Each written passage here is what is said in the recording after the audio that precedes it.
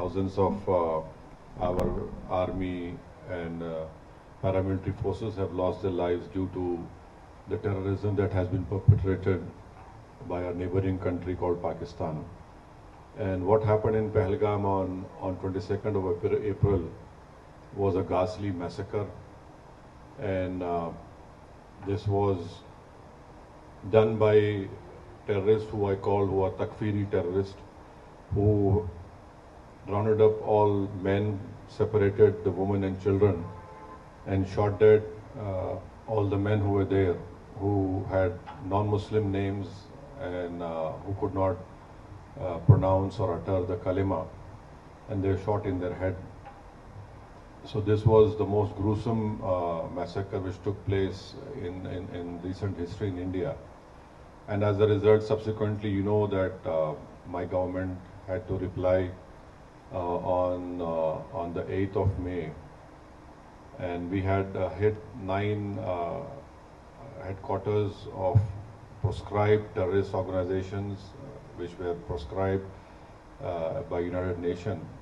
And then subsequently, you know, developments that took place. The Pakistani DGMO had to call the India DGMO asking for a cessation of all firing. So we want to bring to your notice that Pakistan has been indulging in this terrorism for many, many years. And there has been many questions that why don't you speak to them? Why don't you talk to them?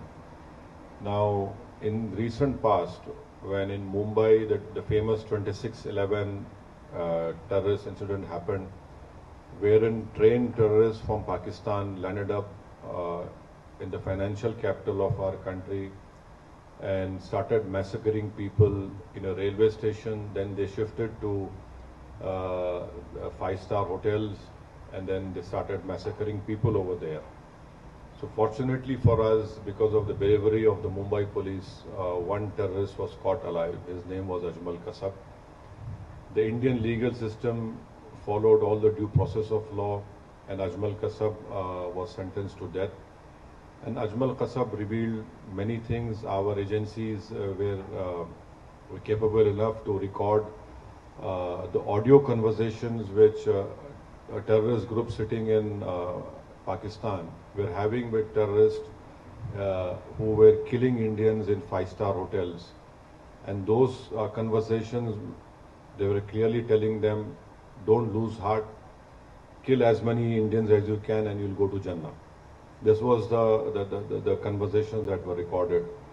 So after 26/11, my government headed by the then Prime Minister, Dr. Manmohan Singh, late Manmohan Singh, the Indian investigators went to Pakistan, gave them all the evidence, the DNA and everything. And even some American citizens were killed in this terrorist act. But you'll be surprised to know that nothing moved forward. Many times Indian investigators went to Pakistan, Lahore, Islamabad, but nothing moved forward. What made Pakistan move forward in this terrorist trial was when Pakistan was put in the FATF grey list, and one such meeting was held in Germany, and India wanted one Sajid Mir to be indicted. So the Pakistanis cleverly said he's dead. But the moment this important meeting was about to take place in Germany, Pakistan comes up to the committee of FATF and says, Sajid Mir is alive.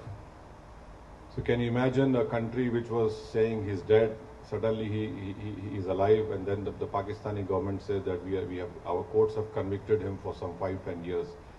But the main culprits of 26/11 are still scot-free. They were convicted for money laundering, not for terrorism. Pathankot happened after my Prime Minister went to Pakistan uninvited.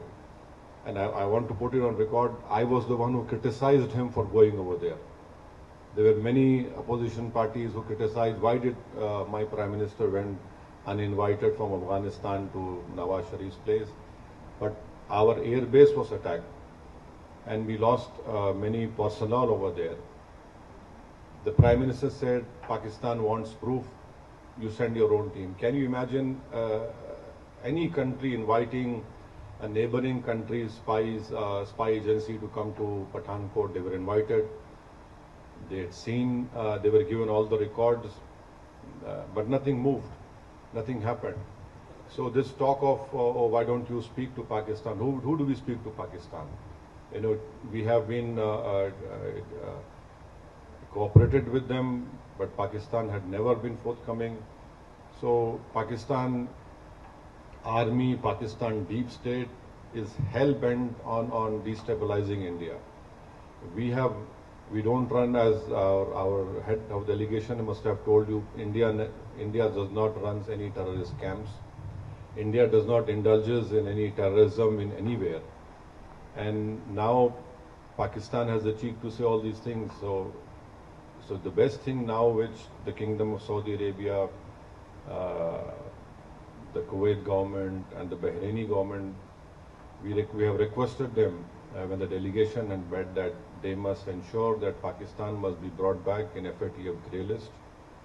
That is where we will be able to control this terror financing of all these terrorist organizations. And do you know that when this person was made the field marshal in Pakistan, a US designated terrorist called Muhammad Ehsan was sitting right beside the field marshal. So this is complete. He's a US designated terrorist called Muhammad Ehsan.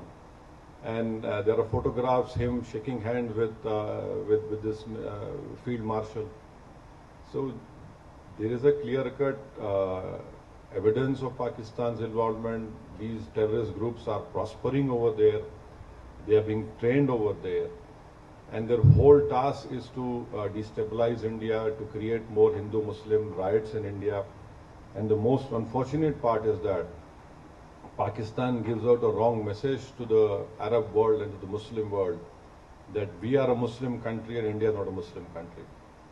But Your Excellency, you know, you have more knowledge about worldly affairs, that there are 240 million proud Indian Muslims living in India.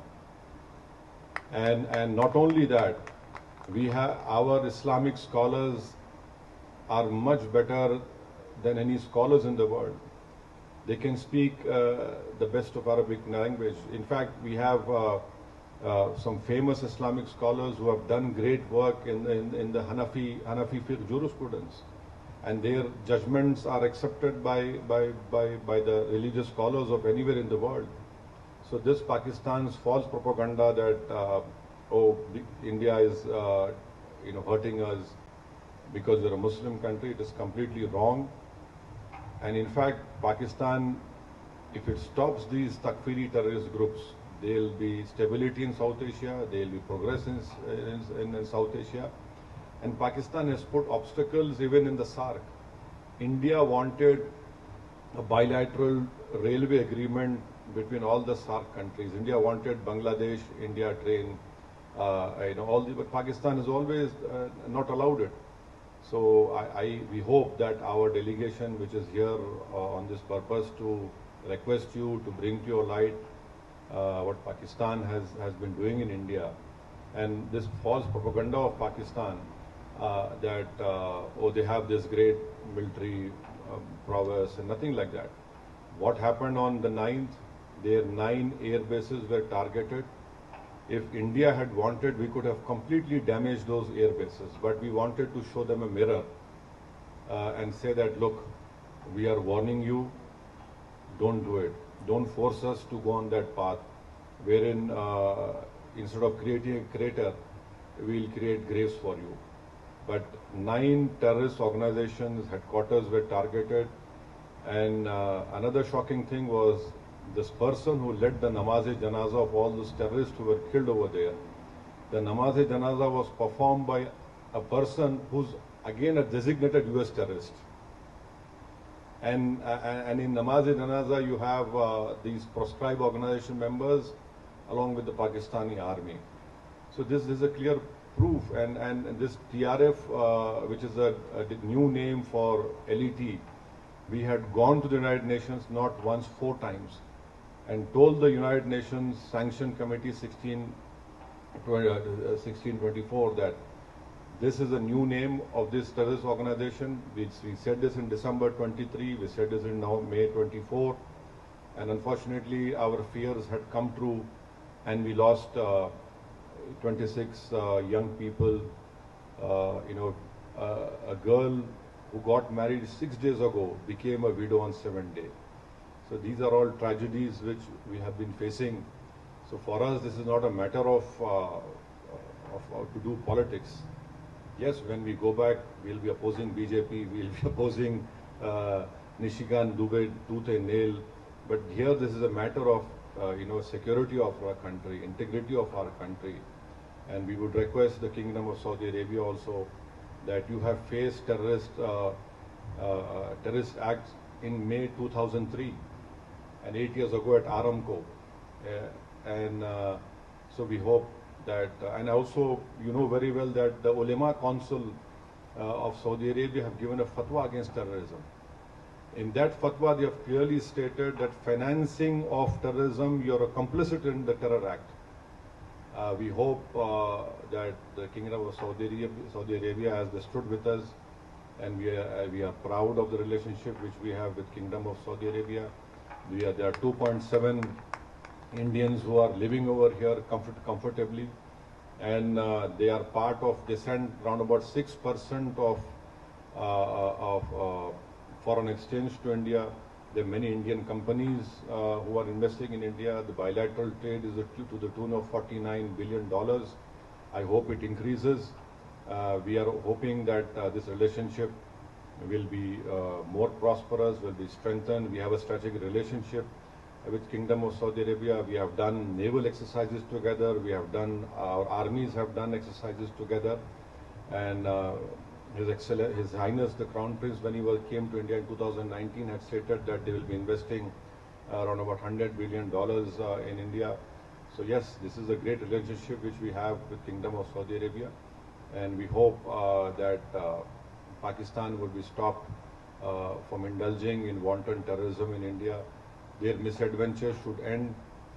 It is not good for them also, because let me tell you very frankly that people of India are sick and tired of this terrorism being perpetrated by Pakistan, and Pakistan's deep state and military, and in fact you in Riyadh you have the Islamic nations ICMTC over here, and so it's an additionally very important that we stop Pakistan from what it is doing.